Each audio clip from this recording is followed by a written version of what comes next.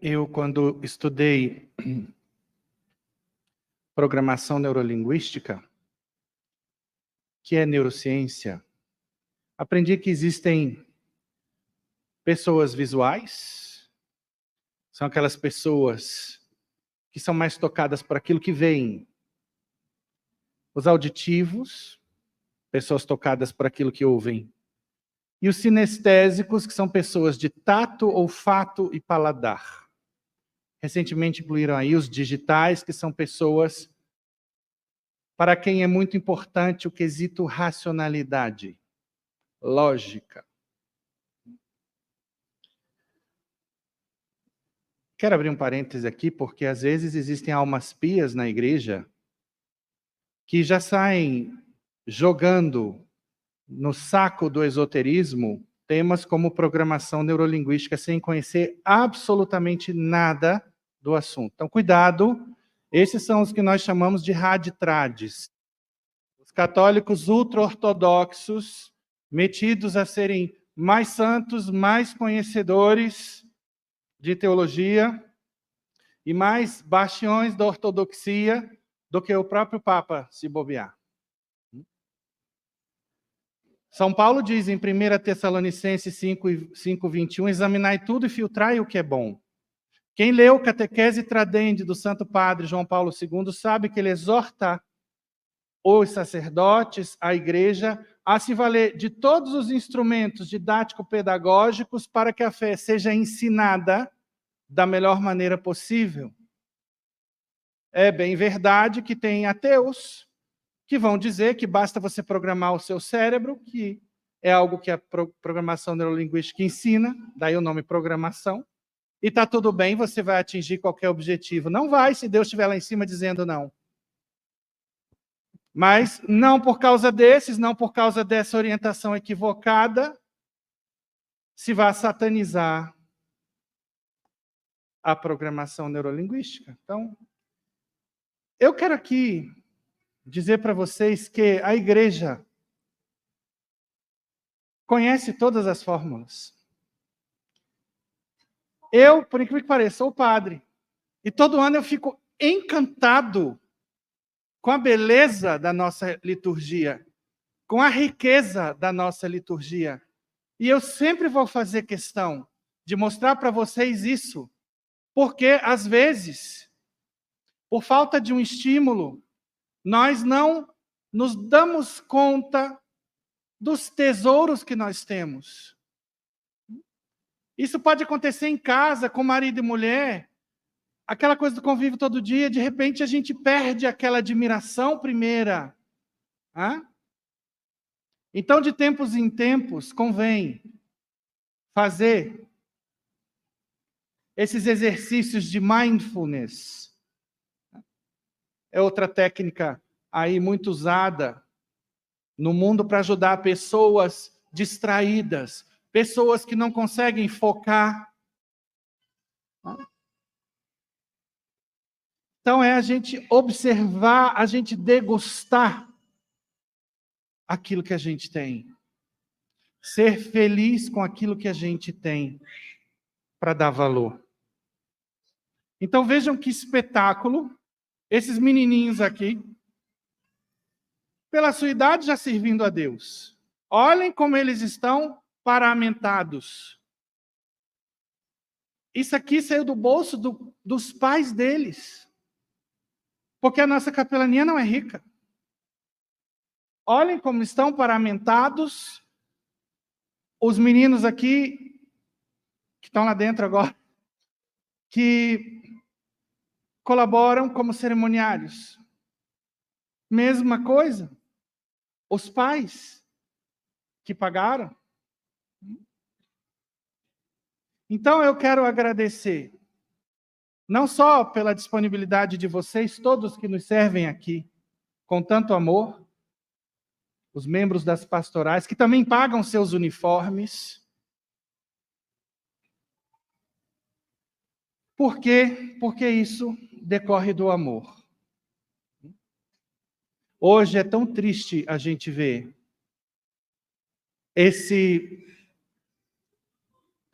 essa falta de zelo pela liturgia. em alguns lugares. Eu já cheguei a celebrar em lugares onde o cálice estava quase azinhavrando, esverdeado por dentro. Na Europa, em mosteiros de grande porte, em Lourdes, quem peregrinou comigo sabe disso. Eu mostrei, olha aqui que vergonha, as alfaias, poídas, ou é poídas? Espera aí, desculpa aí, professor de português depois me diz. Agora bateu a dúvida. Bom que no português o O vira U, então eu vou falar poída, que aí, né? Hã? Então, quando a gente chega e vê uma liturgia bem cuidada, olha aqui a representação dos apóstolos. Nós estamos vendo como a nossa mãe igreja é didática, é pedagógica. Hã? Todo esse espetáculo aqui não é mérito meu, nem dos organizadores. Isso a gente aprendeu da igreja. Ela tem todos os méritos. Nós somos meros executores. E agradeço a todos aqueles que contribuem e fazem com amor. Porque tudo isso custa. Sabemos que é um sacrifício, mas é tão triste ver, às vezes, pessoas puxando faca. Quando a gente fala de um padrão, e aí vem com aquela conversinha de teologia da libertação. Jesus era sacerdote sem templo. Deus é mais simples. Jesus não tinha onde recostar a cabeça, pelo amor de Deus. Isso tem um nome na psicologia. Mecanismo de defesa. Esse tipo de comentário esconde o que é a avareza da criatura que não quer colaborar. Não quer colaborar, não colabora. Mas não perturba. Não lança a semente negativa no meio da comunidade. E aí a gente vê que espetáculo. A beleza que cativa. A beleza que eleva, a beleza que educa. E aqui nós estamos vendo a fé entrando pelos ouvidos para tocar os auditivos. A beleza do órgão. A fé entrando pelo nariz com incenso para tocar os sinestésicos. Daqui a pouco nós teremos um teatro, que é o lava-pés.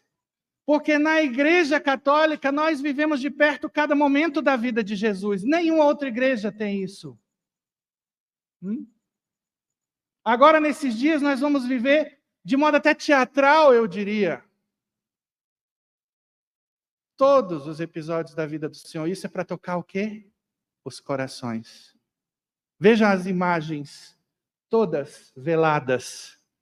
Amanhã, que coisa linda que é chegar e ver o altar pelado, porque Cristo morreu. A gente vê aquela beleza das flores, exuberância da igreja, tudo morto com Jesus. E no sábado, a gente vê, de repente, sino, glória. Aqui a gente põe até sirene para mostrar a grandiosidade do evento pascal. Então, meus irmãos, os visuais, quando vem a beleza dos candelabros, dos arranjos florais, eles se sentem tocados. Então, louvado seja Deus por nossa igreja. Como eu sou grato à minha mãe igreja. Como a liturgia me eleva. E por isso o Papa Bento XVI falava tanto da importância de nós sacerdotes observarmos a liturgia. Porque quando cai a liturgia, cai a igreja. E é o que está acontecendo hoje. Um fenômeno demoníaco. O diabo sabe o que fazer. Mas as portas do inferno não prevalecerão. Aqui nessa paróquia eu posso garantir que não. Quanto eu for o capelão. Então, minha palavra de gratidão mais uma vez. Para todos aqueles que tiram do seu bolso para comprar seu uniforme, que se esforçam, que obedecem, que seguem, que entendem o quanto que isso faz a diferença. Quantos elogios eu já recebi? Esses elogios não são meus. Esses elogios têm que ir para a igreja e para vocês. que fazem um milagre acontecer. E eu estou falando para vocês o quanto que eu me sinto elevado como padre, quando vejo esse amor, esse empenho, esse zelo por parte de cada um. Muito obrigado. Hoje, meus irmãos, nós celebramos 2 grandes eventos da nossa fé. A instituição do sacerdócio e aquilo que é o produto maior do sacerdócio. Os sacramentos, em especial o de hoje, que é a Eucaristia. Eucaristia e sacerdócio estão intimamente ligados. Aliás, sacerdócio e sacramentos que são os meios de santificação e salvação que Jesus deixou.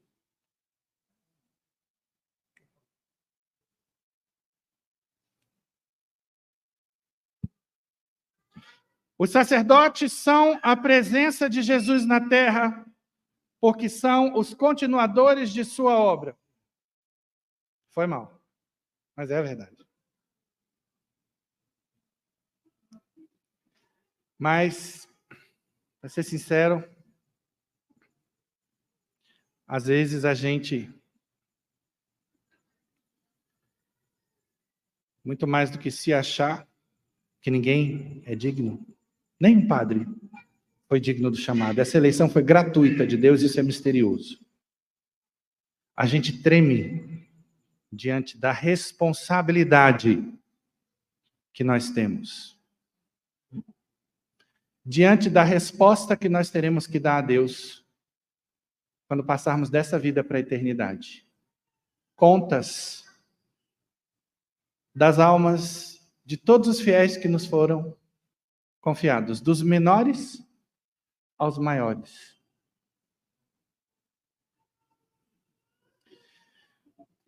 Eu recomendo que vocês assistam um desenho animado. Está lá no nosso site, procure. Confere aí com a Pastoral da Comunicação, por favor, só para não estar falando bobagem aqui. Mas até onde me consta, está o link. Confere aí, por favor, com a Pastoral. Acolhida, confere com a Pastoral o link. Do grande milagre. O grande milagre é um desenho animado baseado nas visões de uma mística mexicana chamada Catalina Rivas, cruzado com outras visões de místicos que receberam de Deus esta graça de ver o que acontece numa missa. É belíssimo. Todo católico tem que assistir esse desenho, porque você não vai assistir a missa do mesmo jeito depois de vê-lo. Vocês, crianças, peçam para os seus pais. E aí vocês vão se arrepiar, como eu me arrepiei e chorei, quando vi o padre celebrando a missa, e na hora que ele diz as palavras da consagração, some a figura do padre, aparece Jesus Cristo. Porque essa é a realidade espiritual. Nós agimos na pessoa de Cristo. Na hora da consagração, na hora da absolvição, na hora em que o sacerdote transmite a graça pelo poder recebido, é o próprio Cristo. A mesma coisa vocês vão ver na cena do padre que está confessando dentro da igreja, como o padre Alexandre está lá agora. O padre está escutando o fiel, no momento que ele levanta a mão para dar absolvição, quando ele dá absolvição, some a imagem dele e vem Jesus, porque é o próprio Cristo quem perdoa. Eu já disse e vou repetir, porque é muito importante que vocês saibam. As homilias têm sempre um fundo catequético. Sobretudo, em se tratando de fiéis minimalistas, que só tiveram 2 formações na igreja, a da primeira comunhão e da crisma. Esses, por favor, tratem de se atualizar. Venham para a formação que a gente dá aqui toda terça, 19h30. Ou procurem Escola da Fé dos Legionários de Cristo, Escola de Evangelização Santo André, fazer um curso com o padre Paulo Ricardo. Quantos bons padres tem aí na internet? Gabriel Vilaverde, para citar alguns. Mas não se acomode. Milagre Maior do Netflix, mas não tem no site o link. Eles retiraram do ar. Então vocês vão ter que procurar aí na Netflix o Milagre Maior. Anotem. Pois bem, são 4 formas de presença de Jesus entre nós, de acordo com a Sagrada Escritura, de acordo com os ensinamentos do Senhor. Onde 2 ou mais estiverem reunidos em meu nome, aí também eu estarei. Ou seja, no momento da oração, Jesus está presente. Jesus está presente no pobre. Senhor, quando foi que te vimos nu e não te vestimos? Com fome não te demos de comer? Com sede não te demos de beber? Quando não destes a estes pequeninos, foi a mim que não destes. Apartai-vos de mim, malditos. A outra forma de presença de Jesus é na Eucaristia, que a presença dele é real, em corpo, sangue, alma e divindade, não é metafórica, não é simbólica. Aqui não é protestantismo. No protestantismo vai ser. Ali onde ainda celebram Santa Ceia. Aqui, o ensinamento é que a presença é real. Na Igreja Ortodoxa também.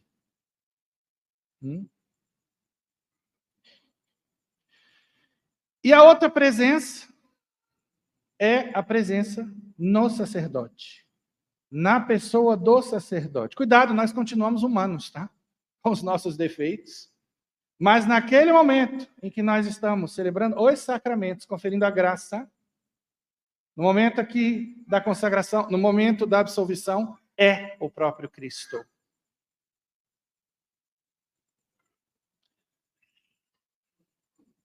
Tem uma frase de São João Maria Vianney, que é o nosso padroeiro, o padroeiro dos padres, que é talvez a mais bela, na minha opinião, que eu já li sobre o sacerdócio. Muito profunda.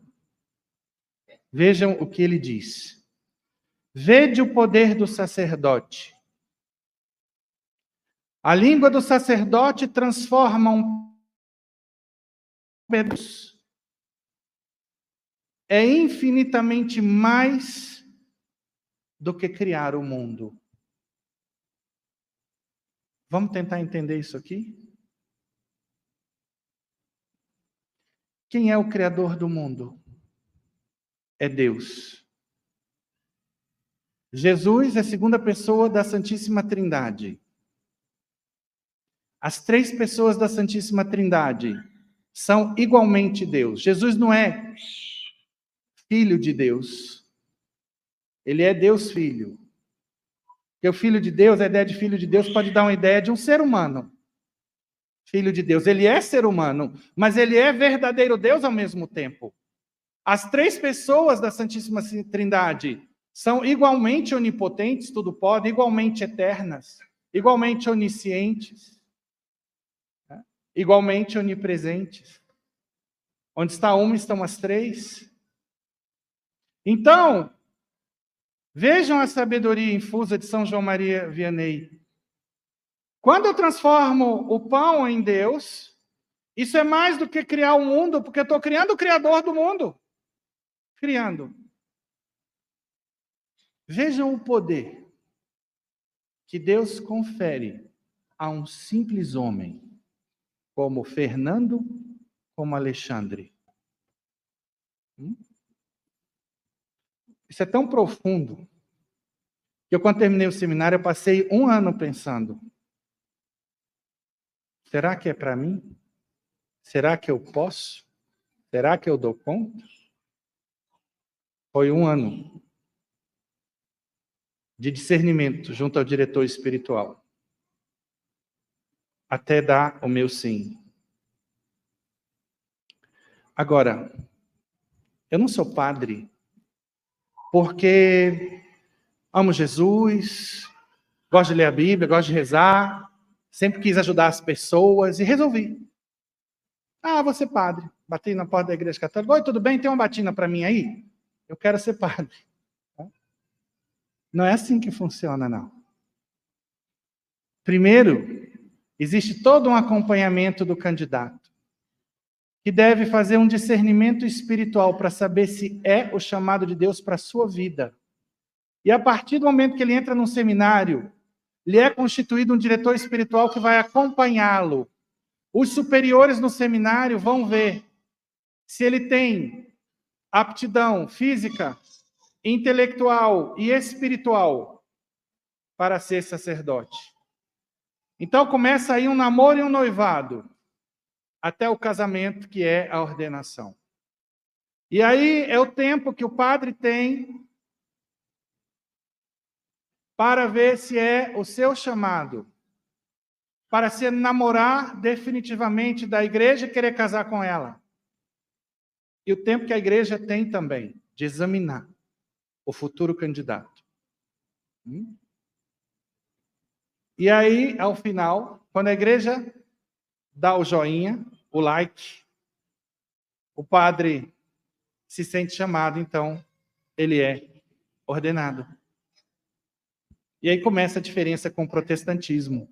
O protestantismo não tem essa estrutura. Vai ter, sim, os bons homens que se sentem chamados a pastorear, não estou falando desse lado. Tá? Mas vamos lá. Nós vamos à igreja. Nós não simplesmente nos sentimos inspirados e abrimos uma igreja. E vamos à igreja porque é a instituição que foi fundada por nosso Senhor. Foi enviada, foi empoderada, foi ensinada por nosso Senhor. Ele ficou com os apóstolos 3 anos, fazendo tudo isso, para só então ascender aos céus. Depois da sua paixão, morte e ressurreição. Porque das duas, uma. Ou Jesus ficaria aqui até o fim dos tempos, ou ele constituiria uma embaixada sua. Então a Igreja Católica Apostólica Romana é a única, copiou, copia, sublinha e grita, é a única embaixada. Não quero dizer com isso que nós somos melhores do que os outros, que quem não é católico vai para o inferno. Não ponham palavras na boca da gente.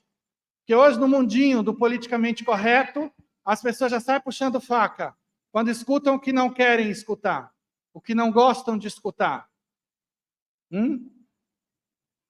Então, nós estamos falando de um fato histórico, isso é fato e acabou o assunto. Somos a única embaixada. Existem instituições de boa vontade, de pessoas muito boas, que querem seguir Jesus Cristo, que são virtuosas. Não vou discutir o mérito. Não é o meu papel aqui. O meu papel é defender aquilo que Jesus deixou como legado.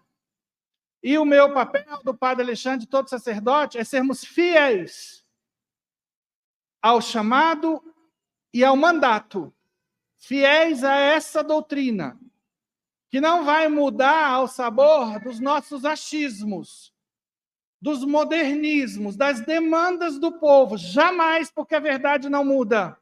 Deus não muda. Quem tem que mudar somos nós, homens e mulheres, num processo que se chama conversão, e se converter cada vez mais à verdade. E não o contrário, que é um processo que se chama de perversão. Católico que se mundaniza, que começa com essa conversinha de adaptações modernas, conversa fiada. Freud explica, é o desejo de cair no mundo, é a dificuldade de cortar com o pecado. E aí, de novo, vem a igreja na sua liturgia e nos permite um período de penitência, de oração, de intimidade com o Senhor, chamado Quaresma. Então, Cristo elegeu 12 homens e lhes conferiu autoridade para continuar a sua obra. Sucessão apostólica nada mais é do que a continuidade do trabalho dos apóstolos a partir de sucessores por eles constituídos. Da mesma forma que os apóstolos foram chamados, treinados, empoderados e enviados, eles sabiam que para a continuidade da igreja, eles teriam que fazer o mesmo. Da mesma forma que a escolha dos apóstolos foi de Cristo, ou seja, de Deus, um chamado ao sacerdócio é um chamado de Deus. Portanto, um jovem que se sente chamado por Deus para ser sacerdote se apresenta à igreja, que o acolhe, acompanha, treina. E se a igreja vê nele a vocação verdadeira, o empodera através do sacramento da ordem, passando para ele os poderes que ela recebeu de Cristo em sua fundação. E aí o envia a pregar o evangelho a toda criatura, batizando-as em nome do Pai, do Filho e do Espírito Santo, Mateus 28, 19. A autoridade da igreja. Somente pode ostentar autoridade aquele que a tem por direito próprio, que é Deus, ou aquele a quem lhe foi conferida, ou seja, delegada. Portanto, é necessário que haja nomeação e empoderamento da autoridade. E Cristo nomeou os seus apóstolos.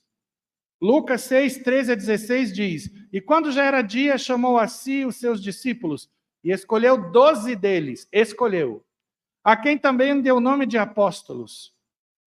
Bom, e aí vai citando quem era: Simão, ao qual também chamou Pedro, e Judas Iscariotes, o último, que foi o traidor. E Lucas 9:11 diz: E lhes conferiu autoridade. Convocando seus 12 discípulos, deu-lhes autoridade e poder sobre todos os demônios, olha aí, e para curarem enfermidades. Mateus 18, 18 tem aquela famosa passagem: tudo que ligardes na terra será ligado no céu, o que desligardes na terra será desligado no céu. O padre, quando absolve aqui, está absolvido no céu.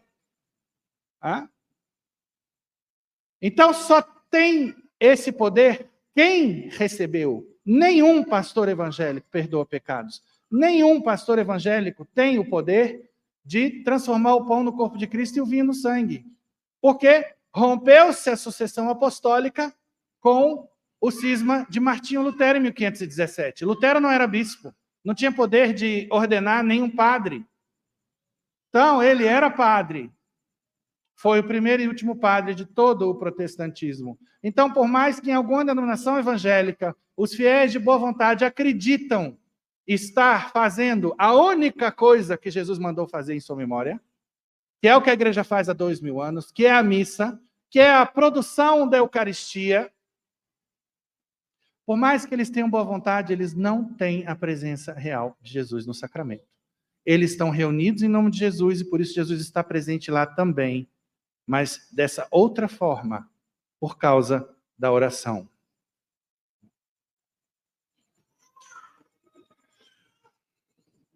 Vejam o que São Paulo diz em 1 Tessalonicenses 2,7. Embora pudéssemos impor nossa autoridade, então ele fala da autoridade dele, por sermos apóstolos de Cristo, nos mostramos amáveis convosco como uma mãe cuida com carinho dos seus filhos.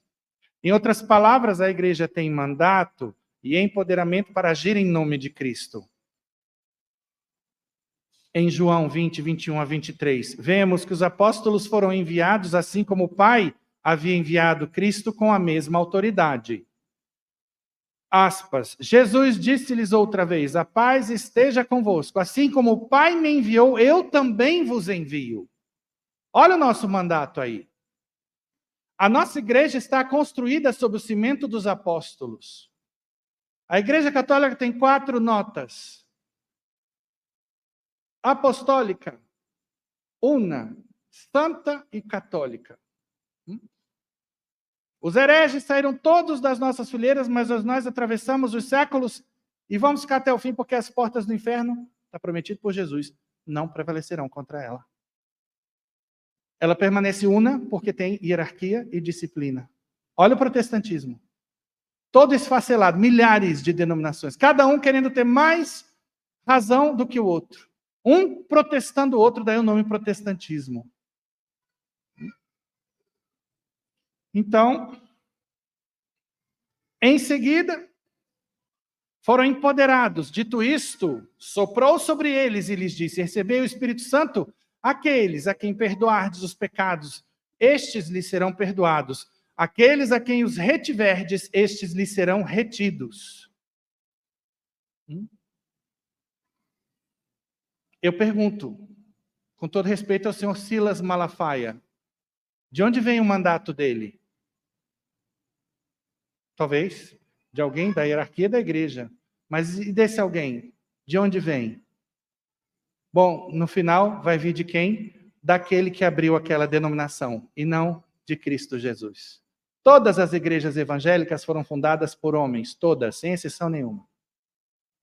Às vezes a gente vai ver uma seita doida dizendo: nós somos a verdadeira igreja de Jesus. A igreja católica é a grande Babilônia, a grande prostituta, que se depravou pelo dinheiro, por isso, por aquilo, sei lá o quê. Eles dizem, mas não tem um documento histórico, não tem uma enciclopédia britânica, não tem uma Wikipédia, nada. Nenhum documento antigo que fale do cristianismo que diga, que prove isso. E tem gente que cai nesse conto do vigário. Os apóstolos fundavam as igrejas e também estabeleciam as regras a serem observadas, ordenando com toda a autoridade. Atos 16:4, preste atenção. Conforme iam passando pelas cidades, iam também entregando as decisões tomadas pelos apóstolos e presbíteros em Jerusalém, para que fossem observadas.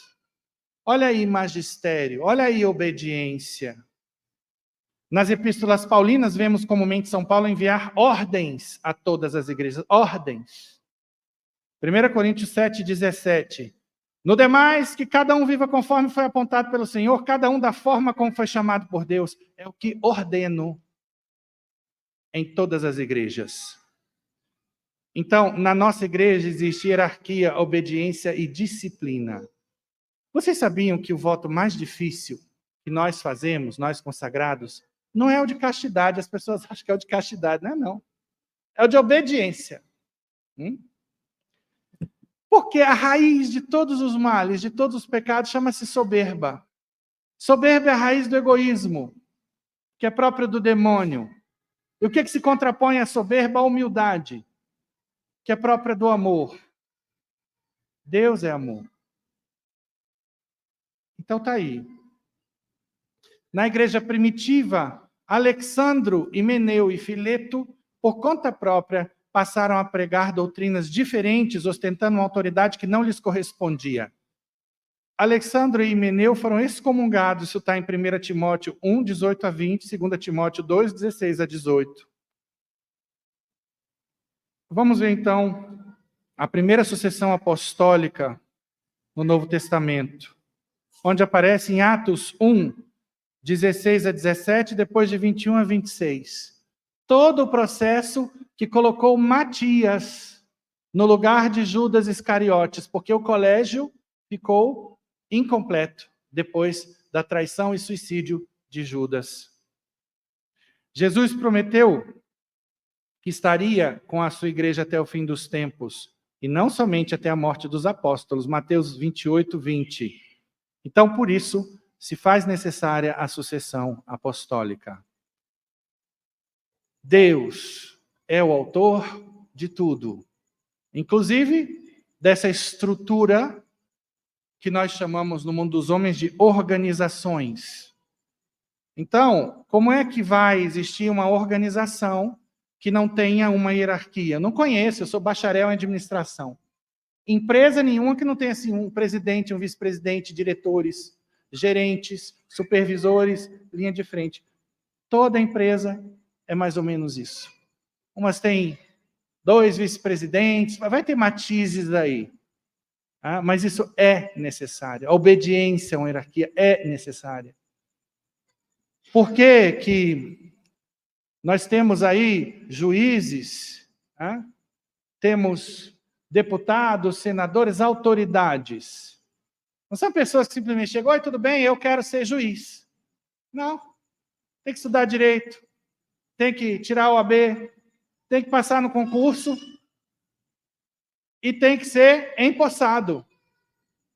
E quem é que dá essa posse? É a instituição. Aí ali tem um juiz, um magistrado, desembargador, sei lá que autoridade que vai fazer isso, que passou pelo mesmo processo. E assim sucessivamente para trás.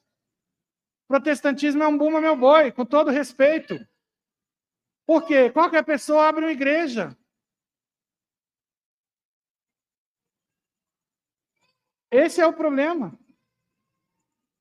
E não foi essa a estrutura que Jesus pensou para a sua embaixada. Sempre salvaguardando os bons evangélicos. Eu tenho um jeito bem nordestino de falar, né? Uma pedagogia peculiar. Quando eu falo em bomba meu boi, não é para desrespeitar. É para mostrar que é uma confusão. Porque é, de fato. Isso é a realidade histórica do protestantismo. Eu não estou falando de pessoas, criticando pessoas. Então, está claríssima a consciência que tinham os apóstolos de que o ministério do apostolado não podia ficar vacante. Posteriormente, esse ministério será desempenhado pelos bispos. Os apóstolos também estavam conscientes da obrigação que tinham de que seus sucessores pudessem exercer seu ministério de forma plena, organizando igrejas e colocando à frente homens capazes. Assim vemos, como no livro dos Atos dos Apóstolos, está a narrativa que uma das principais atividades dos apóstolos era fundar igrejas e designar presbíteros para elas. Vamos ver o que diz Atos 14, 23. Designavam presbíteros, ou seja, padres, em cada igreja, e após fazer oração e jejuns, os encomendavam ao Senhor em quem haviam crido. E aí, vamos lá. Eu fui ordenado no dia 15 de agosto de 2003. Anota aí para não esquecer o presente. 15 de agosto de 2003.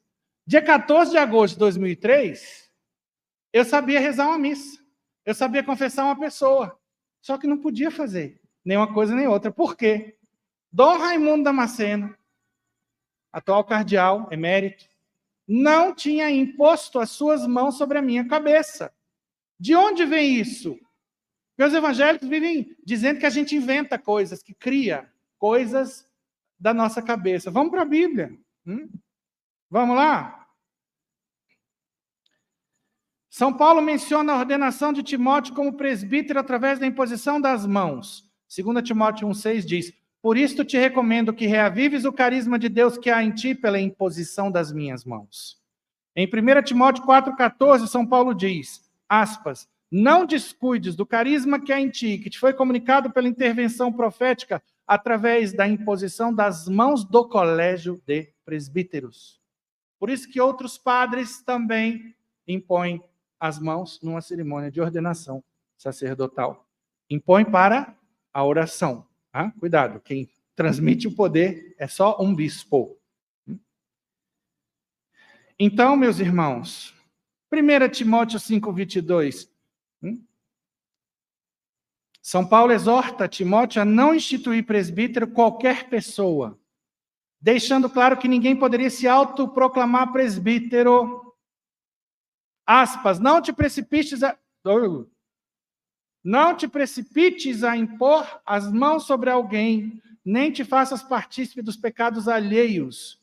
Conserva-te puro. 1 Timóteo 5:22. Tito 1:5. O motivo de ter te deixado em Creta foi para que acabasses de organizar o que faltava e estabeleceres presbíteros em cada cidade, como te ordenei. Quem estabelecia era a igreja recém-fundada.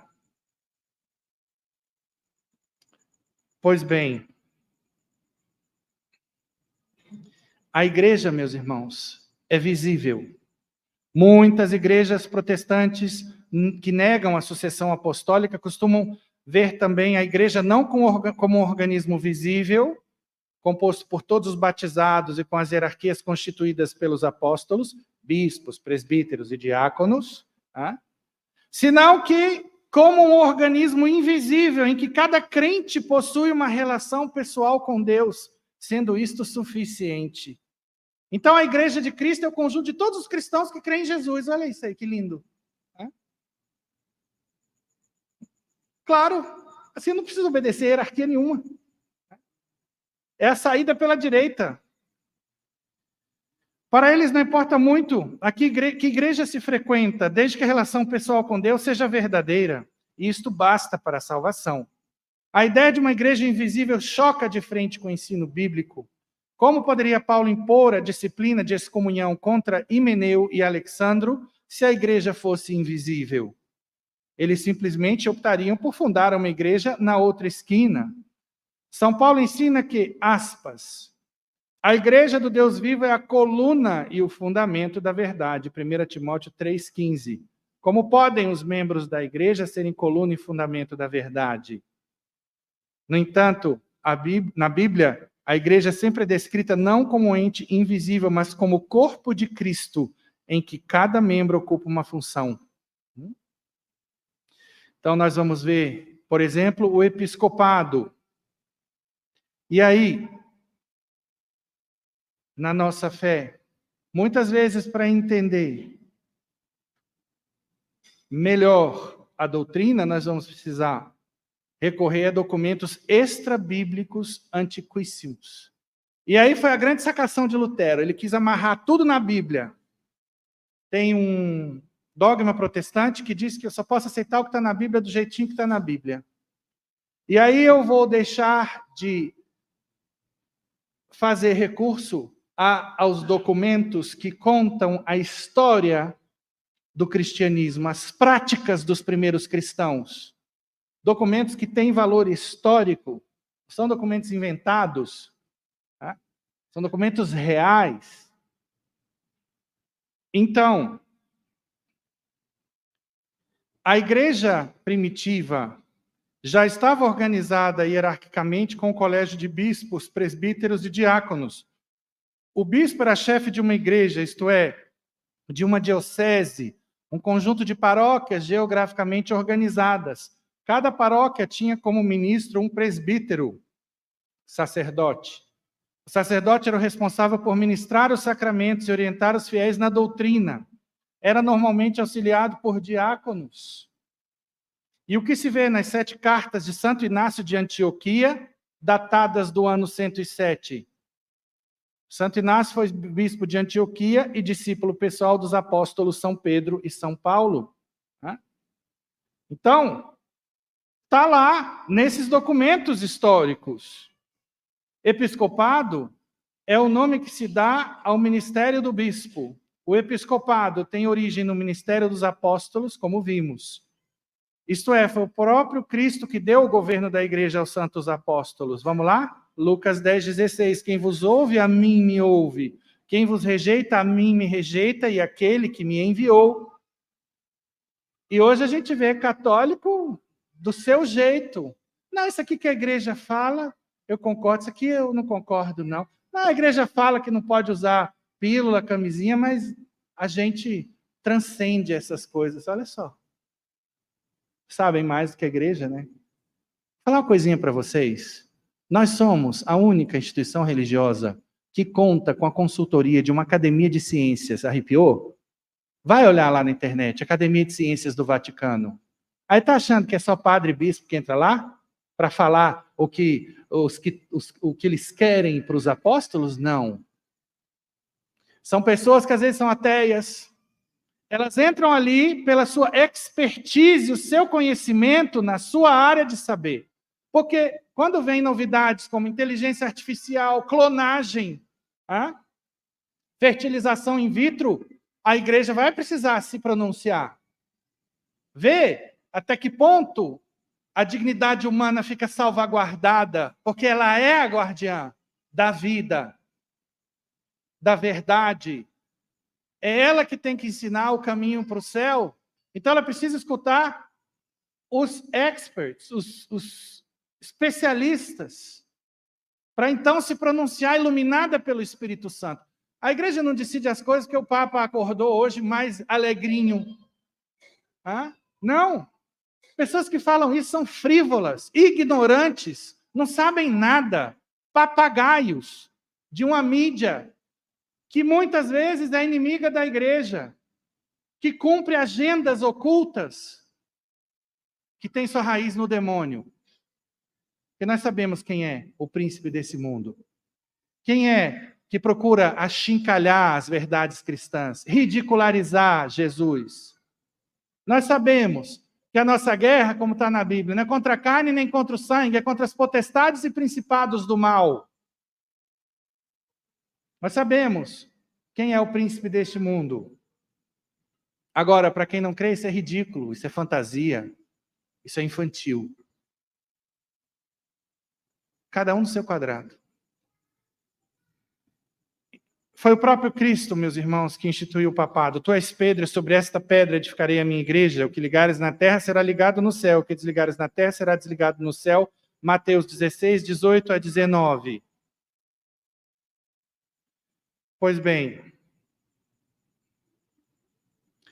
primeira carta de São Clemente aos Coríntios, escrita por volta do ano 90. Clemente, quarto bispo de Roma, na sucessão de Pedro, escreveu: nossos apóstolos conheciam da parte do Senhor Jesus Cristo que haveria disputas por causa da função episcopal.